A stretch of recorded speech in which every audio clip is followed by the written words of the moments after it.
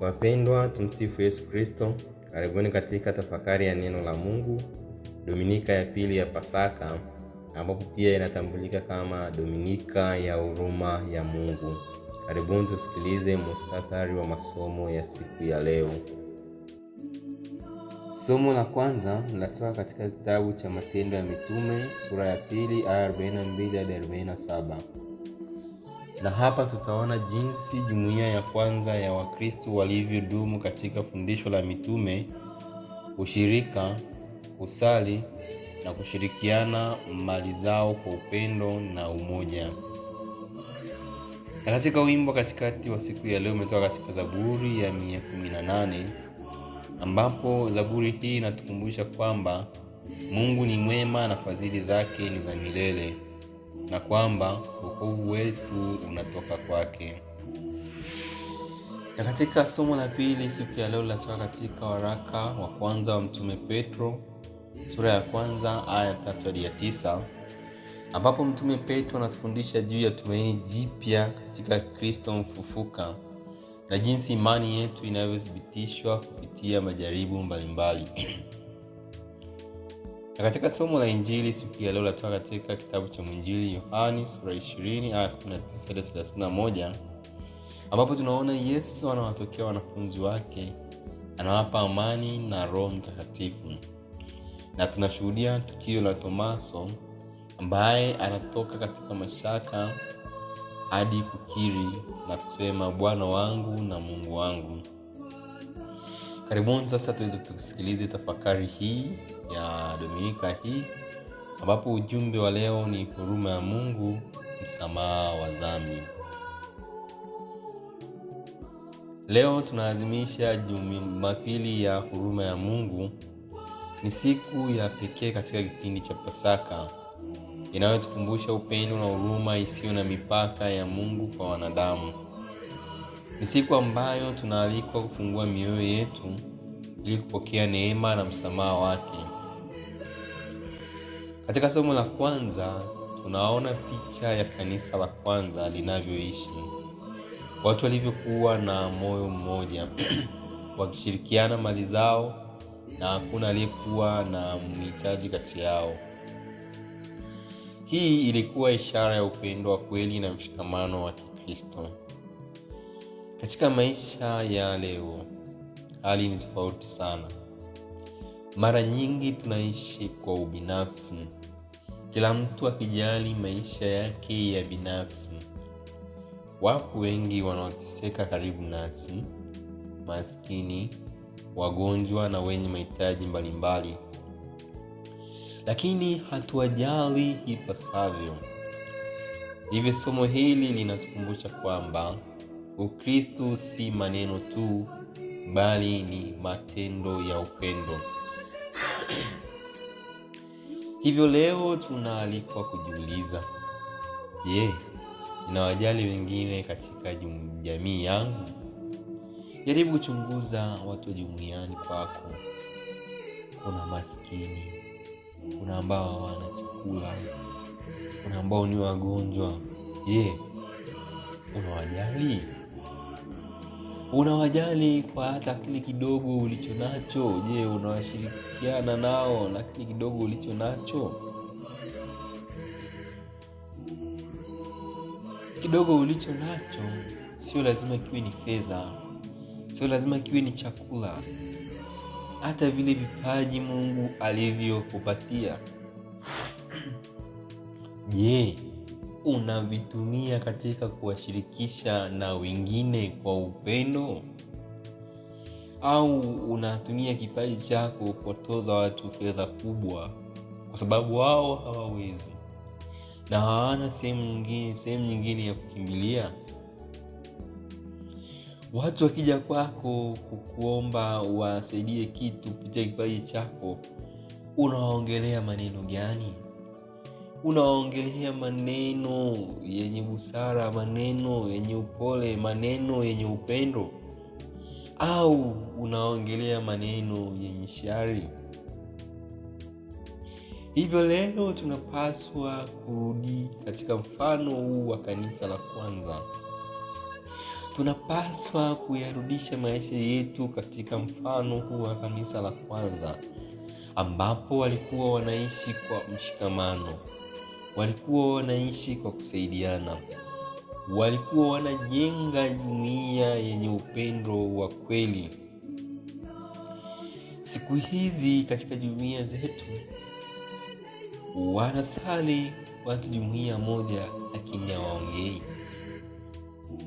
Wengine wanadiriki hata kutokwenda jumuiya kwa sababu tu labda leo siku hii wanasali kwenye nyumba fulani, na mimi mama fulani, baba fulani, familia fulani sipatani nayo. Leo tunaalikwa tuishi kwa mshikamano, tuishi kwa upendo. Mikwaruzo, magomvi hayana budi kuja. Na hapo ndipo tunavyoona katika somo la pili kwamba linatukumbusha kwamba maisha ya Mkristo hayakosi changamoto. Hivyo changamoto tunaanza kupitia katika jumuiya zetu, tukagombana. Bahati mbaya tunakuta watu wanakaa majirani, mtu amelima mazao yake, ameanika mazao yake nje. Bahati mbaya mfugo wake labda kuku akatoka, bahati mbaya akaenda akala yale mazao kidogo. Watu wamenuniana zaidi ya miaka 5.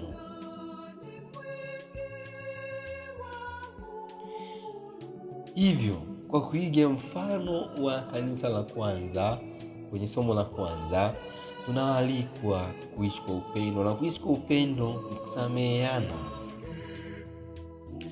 Na Mtume Petro anatukumbusha katika hili somo la pili kwamba maisha ya Mkristo hayakosi changamoto, na anasema wazi kwamba tunaweza kupitia majaribu mengi, na majaribu mengine haya tunayopitia yanakusudi. Sio kwamba yanakuja tu bora mradi tu yamekuja labda tuteseke, hapana, bali yanakuja ni ili kuijaribu na kuimarisha imani yetu. Katika dunia hii ya leo watu wengi tunapitia magumu, matatizo ya kifamilia. Unakuta familia yako inajaribiwa, unapata fedha, inatokea kitu fulani, unapata fedha inaenda, haifanyi maendeleo, haifanyi chochote. Tunajaribiwa ili kuimarisha imani yetu, na wengi wao wanapoona wamepatwa na matatizo kama hayo, ndipo wanaanza kutangatanga. Sasa imani inapotea. Mtu asubuhi anakwenda kanisani, mchana anakwenda kwenye masuala ya mitambiko, kutafuta nyota, kutafuta bahati. Mtu anakwenda asubuhi kanisani, anakosa imani, lakini anatoka, anakimbia, anaenda umbali mrefu, anatoa nauli kubwa kwa ajili tu ya kupokea muujiza wa haraka haraka. Uchumi mgumu, magonjwa, kukata tamaa ni majaribu tunayapitia, na wakati mwingine tunajiuliza, Mungu yuko wapi? Wakati mwingine tunajiuliza, labda tumepata ugonjwa unaotusumbua, tunajiuliza, Mungu uko wapi? Mungu, mbona unisaidii? Lakini somo hili linatufundisha kwamba hata katika hali hizo Mungu yuko pamoja nasi. Mungu yupo pamoja nasi. Wapendwa, imani ya kweli haionekani wakati wa raha tu, bali hata wakati wa shida. Kama dhahabu inavyosafishwa kwa moto, ndivyo imani yetu inavyokuwa kupitia majaribu. Unaweza ukawa umeamua kusali, ukajitoa kwa Mungu, ukaishi maisha mazuri ya upendo, lakini wakatokea kikundi cha watu, ikatokea watu wakaanza kukunenea maneno mabaya, wakaanza kukusema vibaya, mpendwa, ndipo imani yako inapojaribiwa. Usiache kumtumikia Mungu. Kaza buti, songa mbele. Hivyo leo tunaalikwa, tunahimizwa na Mtume Petro kwamba tusikate tamaa tunapopitia magumu yapo. Tusikate tamaa. Tuige mfano wa Bwana wetu Yesu Kristo alivyopitia magumu, kupigwa bila kosa, kubebeshwa misalaba ya kwetu, dhambi zetu bila kosa. Alichomwa ubavuni kwa mkuki, akatobolewa mikono kwa misumari,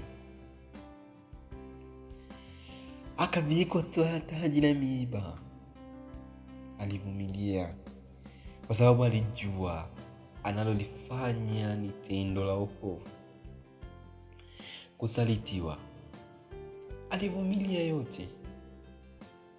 Alisalitiwa na mtu wa karibu.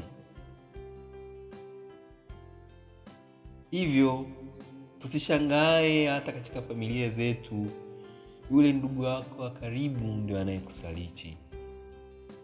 Tusikate tamaa, tupambane.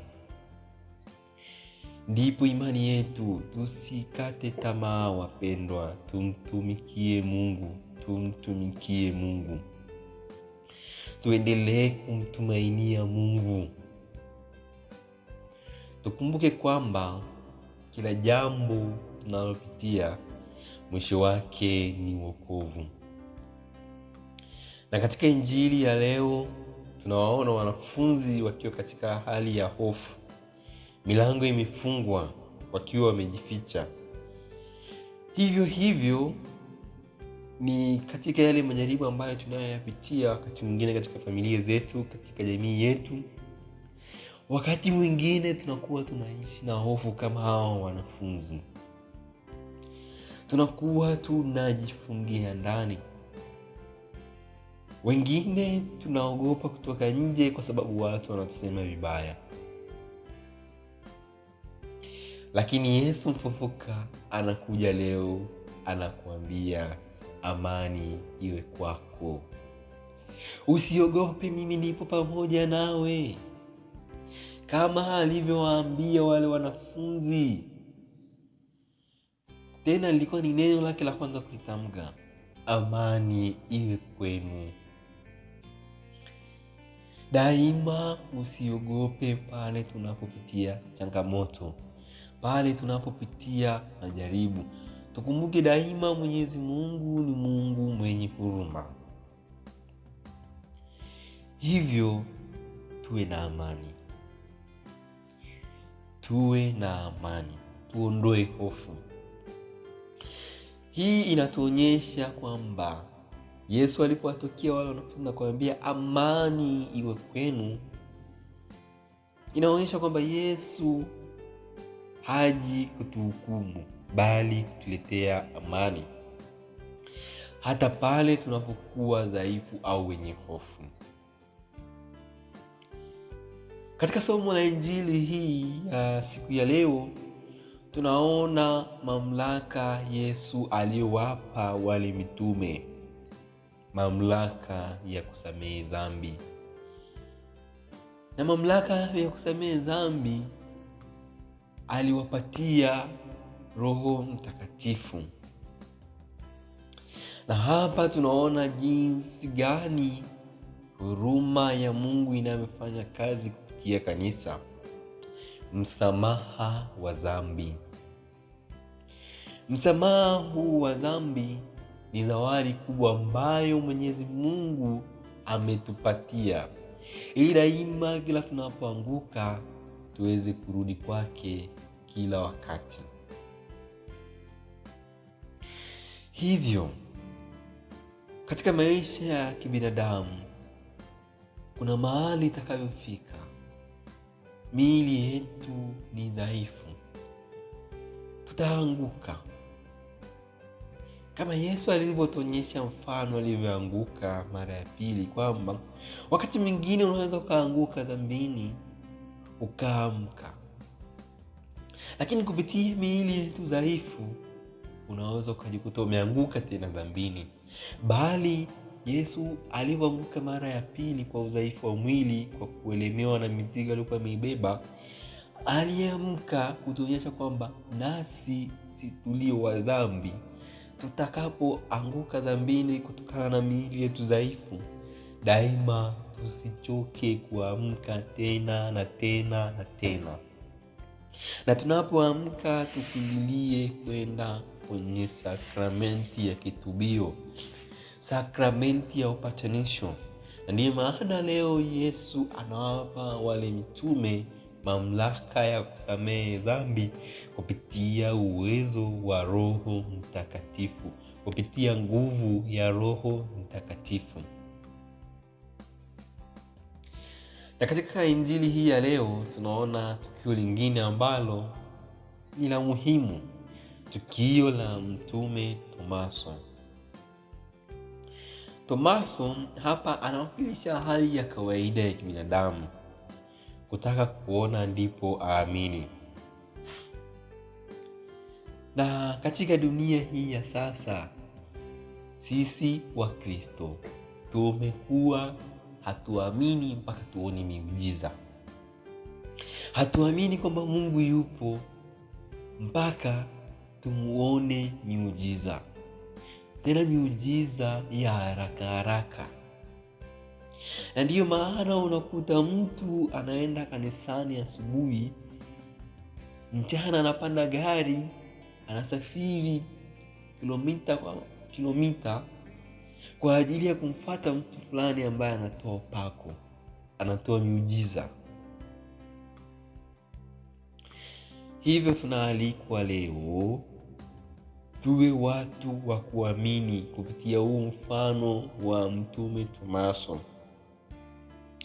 Tomaso yeye hakukataa labda kubaya, bali alitaka uhakika. Hata hivyo Yesu aliona yeye alivyo mdhaifu, hakutaka kuacha kutimiza haja ya moyo wake. Yesu alimfuata na kumpa nafasi ya kugusa na kuona, ili imani yake iweze kukua. Ndugu wapendwa, hii ni faraja kubwa kwetu sisi leo. Mara nyingi tunakuwa tuna mashaka, tunauliza maswali mengi. Je, kweli Mungu yupo? Kama napitia matatizo haya yote, mchumi wangu mdogo na asali kila siku, Mungu yupo kweli? Tunakuwa tunajiuliza maswali kama hayo. Je, kweli kama huyo Mungu yupo, kweli anajali? Mara nyingi tunajiuliza maswali haya. Je, kweli kama huyo Mungu yupo, anasamehe? Bwana, mimi naomba msamaha wakati kama mali ndimkosea na tiseka hivi anisamehe. Na kaza tunajiuliza maswali kama haya. Lakini leo kupitia mfano huu wa mtume Tomaso tunajifunza kwamba mashaka si mwisho wa imani, bali kupitia mashaka hayo yanaweza kuwa mwanzo wa imani ya kweli, ikiwa tutamtafuta Mungu kwa moyo wa dhati. Yesu anasema, heri wale wasioona lakini wakaamini. Hapa anatualika kuishi imani ya kweli inayotegemea si kuona, bali kumtumainia Mungu. Imani hii ndiyo inayotufanya kuwa na uhusiano wa ndani ya Kristo. Hivyo wapendwa, tunaalikwa katika Dominika hii tuwe na imani kwa Mwenyezi Mungu. Mtume Petro ametuonyesha kwamba tunaweza kaa tunasali, tunafanya mambo yanayompendeza Mwenyezi Mungu, lakini majaribu kwa Mkristo hayakomi kuja. Kwa hiyo kupitia ile majaribu tusije tukakata tamaa, bali kupitia ile majaribu ndipo imani yetu inapojaribiwa na imani yetu inapoimarishwa. Ni kama goldi inapowekwa katika moto inaimarishwa. Inapitia changamoto ya moto, lakini ndio inapoimarishwa. Hivyo tusikate tamaa tunapopatwa na majaribu. Tusije tukawa na imani ya mashaka, bali tumwamini Mwenyezi Mungu. Daima Mwenyezi Mungu huwa anajibu kwa wakati wake. Kuna wakati nilikuwa nasikiliza kongamano fulani, nilikuwa na Lawata. Mama mmoja alikuwa anaelezea vizuri katika ile kongamano kwamba daima sisi binadamu tunataka Mungu atutendee kama tunavyotaka, lakini Mwenyezi Mungu ni Mungu ambaye daima anatusikiliza. Akatolea mfano mmoja kwamba kuna mama mmoja alikuwa yeye akizaa watoto, anapata watoto wa kike tu. Akaanza kumlalamikia Mungu, Mungu, kwa nini unipi mtoto wa kiume? Mungu, imani yake ikashuka. Na Mwenyezi Mungu ni Mungu ambaye daima anajibu. Akampatia mtoto wa kiume. Yule mtoto akaendelea akawa mzuri, mwenye afya, lakini alipokuwa mkubwa yule mtoto akawa ni mzigo kwa yule mama. Akawa ni mvuta bangi. Ikafikia wakati mpaka akawa analeta wezi, wanakuja kuiba ndani ya nyumba yake. Ndipo yule mama akaanza tena kumlaumu Mungu. Kwa nini Mungu umenipa mtoto wa kiume? Kwa nini umenipa mtoto wa namna hii? Kwa hiyo daima mfano huu daima unatufundisha kwamba daima Mungu anatupa kitu fulani akiwa ana malengo mazuri na sisi binadamu. Lakini kupitia sisi binadamu haturiziki, tunaanza kumdai Mungu, tunaanza kumlalamikia Mungu. Hivyo na leo hii tusiwe na imani ya mashaka ambayo tutaanza kumjaribu Mungu, ambapo tutakuwa hatuishi tena Kristo, tutakuwa tunapoteza imani yetu. Hivyo ni waalika wa Kristo daima tumtumainie Mwenyezi Mungu. Mwenyezi Mungu wetu ni Mungu mwenye huruma, ni Mungu anayesikiliza. Na daima tunapokuwa na imani ndipo tunapopata kile tunachokisadiki. Tumtumikie Mungu daima. Katika historia ya kanisa, Jumapili hii ya huruma ya Mungu ilisisitizwa na ilianzishwa na Mtakatifu Yohane Paulo wa pili mwaka 2000. Huyo alikuwa ni baba mtakatifu. Alipoiweka rasmi katika kalenda ya kanisa ambapo ndo tunaiadhimisha, ambapo ilihamasishwa sana na ushuhuda Mtakatifu Faustina ambaye alipokea mafunuo kuhusu huruma ya Mwenyezi Mungu. Na kupitia ujumbe huu tunakumbushwa kwamba hakuna dhambi ambayo ni kubwa kuliko huruma ya Mungu. Daima huruma ya Mungu ndiyo inayotawala. Hivyo Wakristo wenzangu, leo naalikwa kufanya mambo haya muhimu matatu. La kwanza ni kumtumainia Mungu bila masharti. Tusimpe Mungu masharti kama tukieleza cha mama alikuwa anapata watoto wa kike tu, akaanza kumpa Mungu masharti kama anataka mtoto wa kiume. Pili, kupokea msamaha wake kwa unyenyekevu. Tupokee msamaha wa Mwenyezi Mungu kwa unyenyekevu. Daima pale tunapoanguka tukimilie katika sakramenti ya kitubio, na tunapoenda sakramenti ya kitubio tuinyenyekeze. Pia jambo la tatu ni kuonyesha huruma hiyo kwa wengine. Daima pale tunapotaka na sisi kusamehewa au tunapotaka Mwenyezi Mungu atuonee huruma, tusitake tu sisi, bali na sisi pia tuwaonee wengine huruma.